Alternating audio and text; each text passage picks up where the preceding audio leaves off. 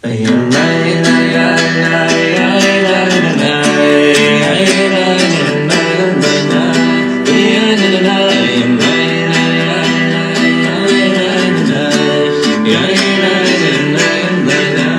à tous, infiniment heureux de vous retrouver pour partager avec vous le Chitat du jour. J'espère que vous allez bien. Aujourd'hui, nous sommes le deuxième jour de la semaine.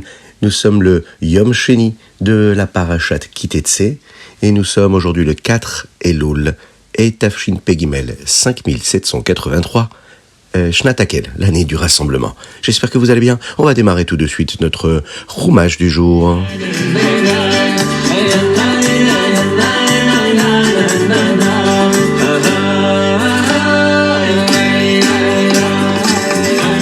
Avant de parler de notre Chumash, nous allons rappeler qu'il est important de mettre de la tzedaka. Parce que quand on met la tzedaka, Mashiach arrive. Vous savez que aujourd'hui nous sommes dans ce mois de Elul. Le mois de Elul, c'est le mois du bilan, du Cheshbon. C'est le mois le plus important de toute l'année parce qu'en Elul, nous réfléchissons à ce que nous avons fait pendant toute l'année. Nous réparons ce qui doit l'être, nous décidons de faire encore plus de choses positives, et nous avons tout un mois pour faire cela. Afin qu'à Rosh Hashanah, Hachem voit que nous sommes comme nous devrions l'être et nous donne une bonne et douce année. La vérité est cependant que ce n'est pas le seul Cheshbon, le seul bilan que nous faisons pendant l'année. Chaque mois, le jour avant Rosh Chodesh est appelé Yom Kippur Katan, où nous faisons un bilan de ce qui s'est passé tout au long du mois, afin d'être prêts pour la nouvelle énergie vitale d'Hachem qui vient avec le nouveau mois. Chaque semaine, avant Shabbat, c'est le jeudi soir que cela se passe. Nous faisons un bilan pour clôturer la semaine et nous préparer pour une nouvelle paracha dans la Torah. Et chaque jour aussi, nous avons un moment de bilan. Lors du Kriyat Shema chez Alamida, vous savez, juste avant de dormir, eh bien nous faisons un bilan de ce qui s'est passé ce jour-là, afin de terminer notre travail de la journée et de nous préparer pour la nouvelle Avoda, le nouveau service de Dieu que nous avons à fournir le lendemain, et de ne pas penser à ce qui s'est passé la veille, même s'il a pu se passer des choses négatives, même si on s'est mal comporté, Chas v'Shalom. Bien sûr, nous ne prenons pas tant de temps pendant l'année avec le bilan.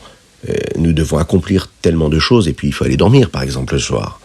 Mais en Elul, nous passons plus de temps pour être prêts pour une toute nouvelle énergie vitale très spéciale, une nouvelle Chayut qui viendra dans la nouvelle année qui arrive.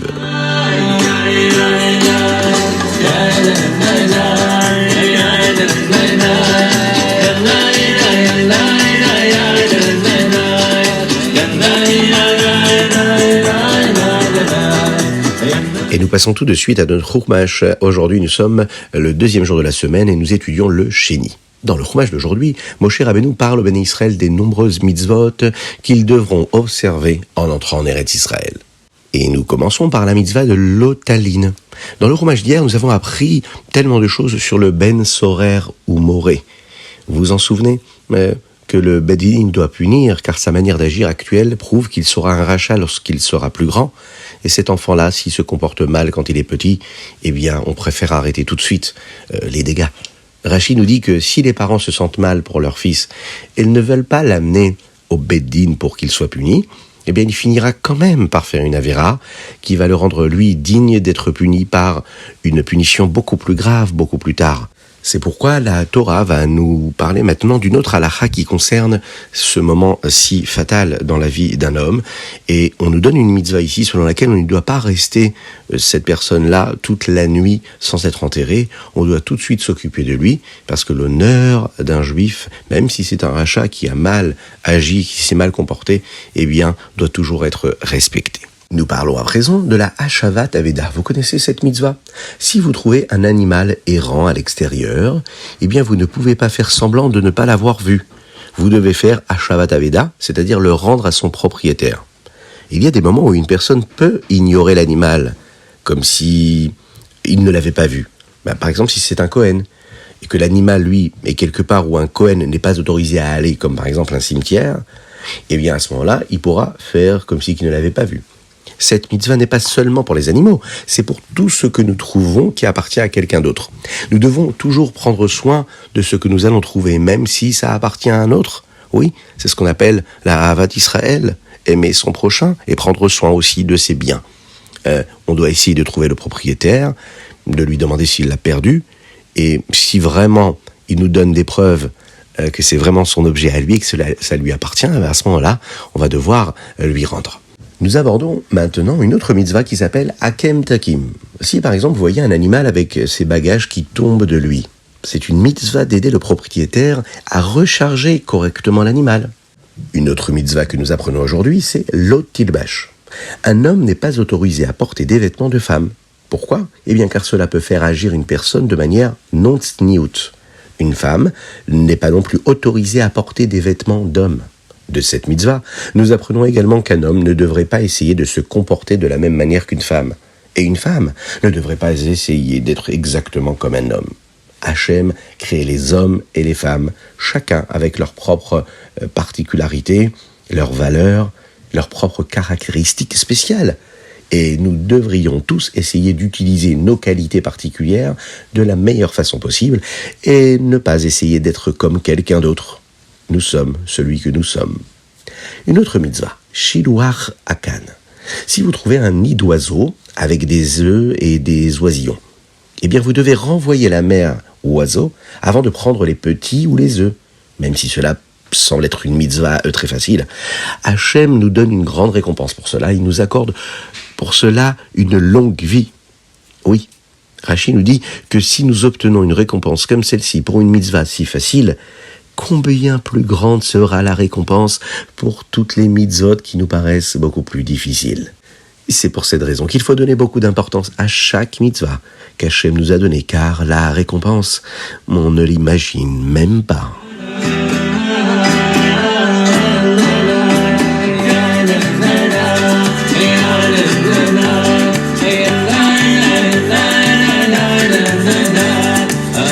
Et nous passons au Télim aujourd'hui, nous lisons du Télim 23 au Télim 28. Aujourd'hui, dans ces Télim-là, nous allons lire le chapitre Chav Gimel et Chafret. Dans ces Télim-là, il y a 2 versets qui parlent de la façon dont Hachem nous montre la bonne voie à suivre. Et les derniers mots de ces versets sont « Veillez lamed alavim darko ».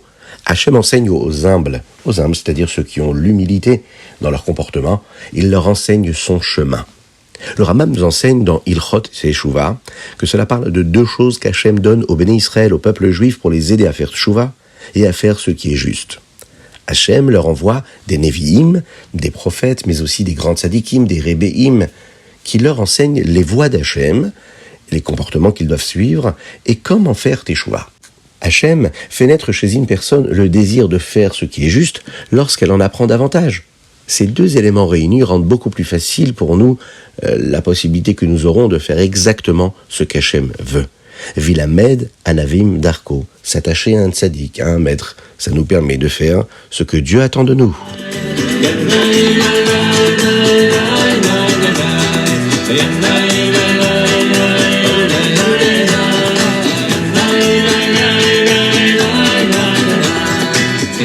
Et nous passons tout de suite au Tanya du jour. Aujourd'hui, nous sommes dans la Higeret HaKodesh Siman Yud.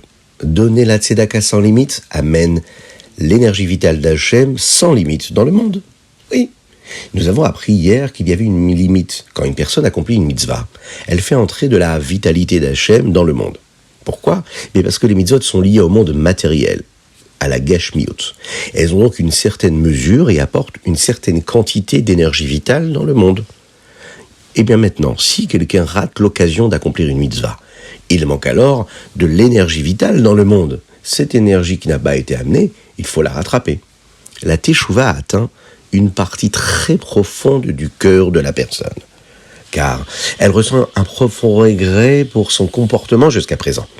Cette partie profonde de son cœur, elle peut toucher une partie très profonde de divinité qu'il y a en lui. Une vitalité très forte, très puissante, qui est au-delà des quantités et des nombres. Elle est illimitée. C'est la tchouva qui est capable d'aller chercher cela. Cette énergie vitale si spéciale que nous atteignons avec la teshuva peut compenser toutes les mitzvot qui ont des quantités bien mesurées et qui ont été manquées. Mais même si la teshuva atteint cette énergie vitale, cette chayout, elle ne peut pas la faire pénétrer dans le monde. Il faut accomplir une mitzvah avec maasé, avec l'action concrète, pour véritablement introduire cette chayout, cette énergie vitale dans le monde. C'est ce que nous appelons olam hamaasé, le monde de l'action. Cependant, une mitzvah ordinaire avec une quantité ne peut pas amener une vitalité sans quantité, sans limite. C'est pourquoi nous devons accomplir une mitzvah qui, elle, n'a pas de quantité, qui n'a pas de limite, qui, elle, va permettre d'amener quelque chose en plus. Alors, quelle mitzvah matérielle pouvons-nous accomplir qui puisse être sans quantité, sans aucune limite ? Eh bien, donner la tzedaka. Donner la tzedaka sans limite. Bon, nous avons appris que la Gemara nous dit de ne pas donner plus qu'un cinquième, nous l'avons dit hier. Eh bien, cela s'applique à quelqu'un qui a fait tout ce qu'il doit, comme un tzaddik. Un tzaddik a tout fait correctement, et donc il a amené toute l'énergie vitale qui était nécessaire, qui dépendait de sa personne, donc il ne manque rien. Mais quelqu'un qui a des manquements dans sa vie, qui n'a pas fait ce qu'il avait à faire pour amener l'énergie vitale nécessaire et qui dépendait de sa personne pour que le monde puisse vivre correctement, eh bien lui, il a des manquements. Et il a besoin de cette vitalité si spéciale, qui est illimitée, infinie, pour réparer ce qu'il était censé apporter. Tout comme si une personne, Hachem nous en préserve, a besoin de retrouver la santé, eh bien elle est prête à payer même tout son argent, toute sa richesse pour retrouver une bonne santé. Alors, si notre Neshama, qui a besoin de retrouver la santé parce qu'elle a mal agi, eh bien, on a besoin de réparer cela. Eh bien, nous pouvons aussi donner autant d'argent que nécessaire à la tzedaka pour avoir une Neshama en bonne santé. Ainsi, lorsque nous donnons la tzedaka sans limite, nous pourrons attirer l'énergie vitale de Dieu que nous atteignons grâce à la teshuva, afin de nous assurer que le monde reçoit toute la chayout, toute la vitalité qui lui manquait à cause de nos fautes. Donc nous avons là deux éléments très importants. L'importance de la teshuva et l'importance de la tzedaka. La teshuva nous permet d'attirer, d'aller rechercher une énergie vitale infinie, au-delà de nos limites. Mais pour matérialiser ça ici-bas sur terre concrètement, il faut un geste. Et le sentiment de teshuva ne sera pas suffisant, et c'est pourquoi nous avons à disposition la tzedaka. Faire un geste, donner plus que la normale, au-delà de nos limites, eh bien ça permet de matérialiser ce qu'on a réussi à toucher et à atteindre avec la teshuva.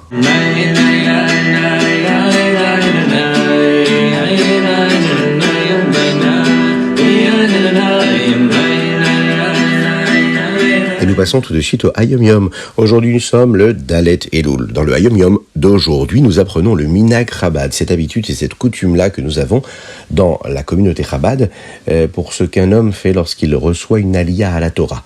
Nous apprenons également les 4 noms qu'une personne possède et comment nous avons tous le pouvoir de changer.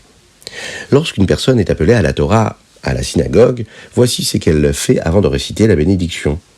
En utilisant son talit, elle touche les mots de la Torah au début et à la fin de la aliyah, c'est-à-dire de ce moment-là où elle monte à la Torah, et elle va embrasser ce qui va être lu. Ensuite, elle enroule la Torah pour la fermer, elle tourne un peu son visage vers le côté droit, elle récite la bracha, la bénédiction sur la Torah, ensuite elle ouvre à nouveau la Torah, et à ce moment-là, la aliyah peut commencer. Nous sommes maintenant dans le mois d'Elul et nous travaillons à devenir meilleurs. Mais pouvons-nous vraiment devenir meilleurs ? Le Rabbi nous montre que chacun de nous est capable de changer. Dans la Torah, 4 mots sont utilisés pour décrire une personne. Lorsque nous utilisons le mot Adam, nous parlons d'une personne spéciale avec son intellect, comme elle comprend ce qu'Hachem veut. Lorsque nous utilisons le mot Ish, cela signifie quelqu'un qui a de bonnes qualités morales. Enoch, lui, c'est une personne qui a quelque chose de manquant dans son intellect, ses qualités morales ou même les deux. Le Gever, c'est quelqu'un qui travaille sur lui-même pour devenir meilleur qu'auparavant, pour ne plus être Enoch, mais devenir Ish et Adam. Alors, puisque Gever peut transformer même quelqu'un qui est Enoch en Ish ou en Adam, nous constatons que nous avons tous le pouvoir de changer. Cela nous enseigne que nous pouvons tous être des Ish et des Adam. Ce qui veut dire avoir de bonnes qualités morales et un bon intellect. Il nous suffit pour cela de travailler pour y parvenir.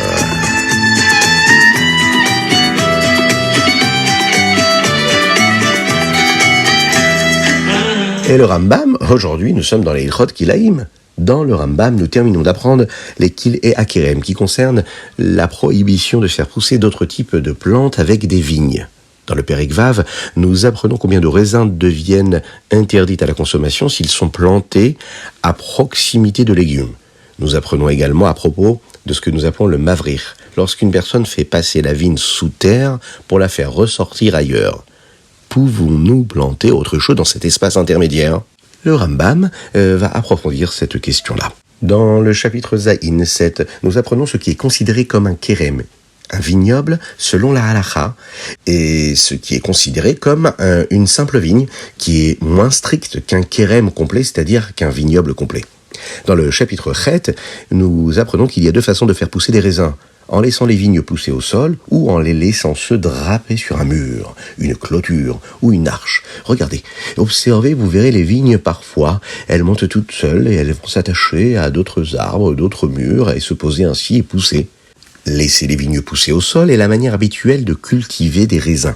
Lorsque les vignets sont suspendus à quelque chose d'autre, il y a différentes halachot qui concernent cela. Nous apprenons également que les halachot, les lois, sont un peu différentes en dehors de la terre d'Israël. Que la Torah est belle, la richesse infinie de ces détails, de ces situations si différentes l'une de l'autre qui nous permettent de nous rapprocher d'Hachem dans notre vie de tous les jours et de sanctifier notre existence.